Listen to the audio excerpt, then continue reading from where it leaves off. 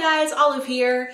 I'm here today to check in on the goals I set myself for my reading for 2016. I will post a link down below to the video I made at the very beginning of this year, mapping out my reading goals for the year in case you missed that. It's hard to believe that we're now halfway through the year, but alas, here we are in July. So I'm just going to kind of run down the list of goals that I had made for myself at the beginning of the year and see whether or not I'm on track with them. I had set my Goodreads reading challenge goal at 70 books for the year, and I thought that that would be sufficiently challenging without being overwhelming, considering I knew how much I was going to have going on this year, and I have actually already read 43 of those 70 books this year, so I am 61% completed with that goal. If I continue on the track that I'm reading right now, it means that I will read about 85 books over the course of the year. I suppose I could up my overall Goodreads goal, but I'm not going to do that. I like to kind of see what I originally set out for myself and then what I ended up doing to give myself a better map of what to set my challenge at for next year. I already kind of have an idea in my head that maybe I'd like to try to get to 100 next year, and I know that that will be sufficiently challenging, so I am cool with just being ahead of schedule this year. Of those 70 books I read, I wanted at least 60% of them to be books I already owned because I wanted to participate in Andy from Estella's Revenge's Read My Own Damn Books challenge for this year. I have a ton of books on my shelves and I was getting way distracted by library books, so I wanted something to help me kind of focus in on the books I already owned. When I went back through the list of books that I've read so far this year, it wasn't entirely obvious which ones I should be counting towards this challenge. Should I count audiobooks that I own on Audible? Should I count books that I bought since the beginning of the year? I decided yes on both fronts, since they are books that were in my possession. So percentage-wise, the percentage of books that I have read that I have owned is at 70% instead of 60%, which is amazing. I guess I really took that challenge to heart and have been picking things off of my shelf more. I have noticed that the desire to just pull things off my shelf versus go to the library is much higher now, which is awesome. I'm going to continue doing this. A lot of the books that are on my shelves right now are calling out to me, and it feels really good to read a book and love it and put it on my favorites mantle right here, or if I don't like it, to get rid of it and make room for something new. I really like that sense of completion. Also, of the books I read this year, I wanted a nice clean 75%, 25% split between fiction and nonfiction, and sadly I'm falling a little bit behind on that. Only 21% of the books I have read so far this year are nonfiction.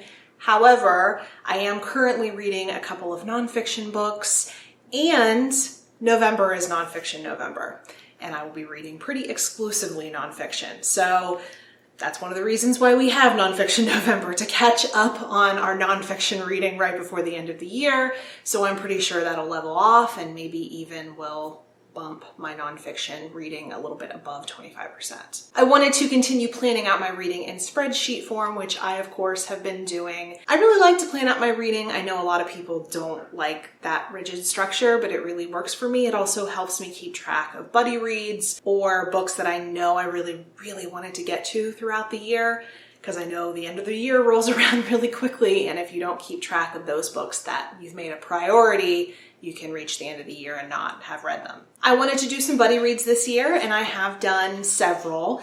Not all of them have been successful due to how busy I have been since the beginning of the year. It's just been one of those years where it's just like one thing after another going on. So I haven't been the best buddy reader, but I've had a couple of really good ones. I've had fun with all of them, no matter how successful they have been. I have some planned out through the remainder of the year, and I'm not quite sure I'm going to schedule them anymore, just because I am still in school up until the end of this year and still getting used to this new job. So I just don't have a ton of time to dedicate to buddy reads right now, but the ones I do have scheduled, I am very confident are going to go fabulously.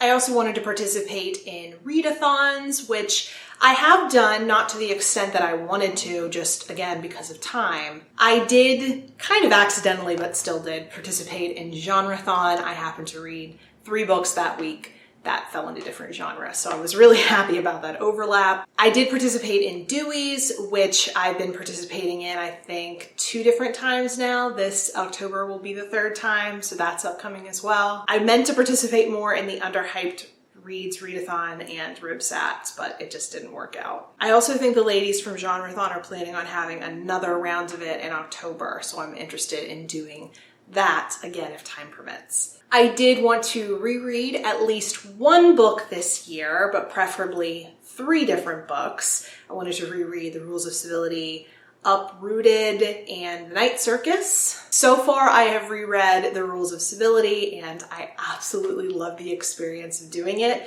So although I have technically reached that goal of rereading 1 book, I definitely want to reread the other 2. I wanted to spend more time reading versus mindlessly surfing the internet, and I am still bad at doing this, especially when my life is really hectic. Kind of all I want to do is zone out and watch some reality television. It's just a really bad habit. I hope someday to break it, but I really don't know how to do so right now. At the beginning of the year, I was going through a little bit of an audiobook slump. Prior to that, I had been all about audiobooks, but for some reason they just were not keeping my attention during that period. So a goal of mine was to kind of recommit myself to audiobooks, which I have done. I am commuting to work right now. I don't have the longest commute, but it is a substantial chunk of time. Because I have that chunk of time 5 days a week to do something, I sometimes listen to music, but most often I'm listening to audiobooks. And I'm really enjoying it. Also, my job, once I'm kind of more in the swing of things, I think I'll be able to listen to audiobooks occasionally. And so that'll be another good chunk of time I can dedicate to them. But actually, all of last month, all of my reading was audiobooks. So they're kind of saving my reading right now, actually. I wanted to read some more classics this year, including Pride and Prejudice, which I read in February and absolutely loved. Besides Pride and Prejudice, I also read Emma, which I hated, but that's irrelevant. Other than that, I haven't really been reading a whole lot of classic books, but I do have some plans to read some more throughout the remainder of this year. This month, I'd like to read The Picture of Dorian Gray, and then I'd also like to read some Dostoevsky later in the year. I wanted to read more from some other authors that I've enjoyed, like Milan Kundera, Meg Wolitzer, and Sarah Waters. I read Milan Kundera's latest and probably his last novel earlier this year. But other than that, I've really been reading authors that are new to me. I think I have 1 or 2 on the agenda for the remainder of this year, but it's not really a goal I'm that interested in anymore. I'm more interested in just kind of picking the books that are calling to me the most and finding time to read them in the months that remain of 2016. In my goals video, I also said I wanted to launch a blog, which I launched and then put 1 post on it and then completely abandoned.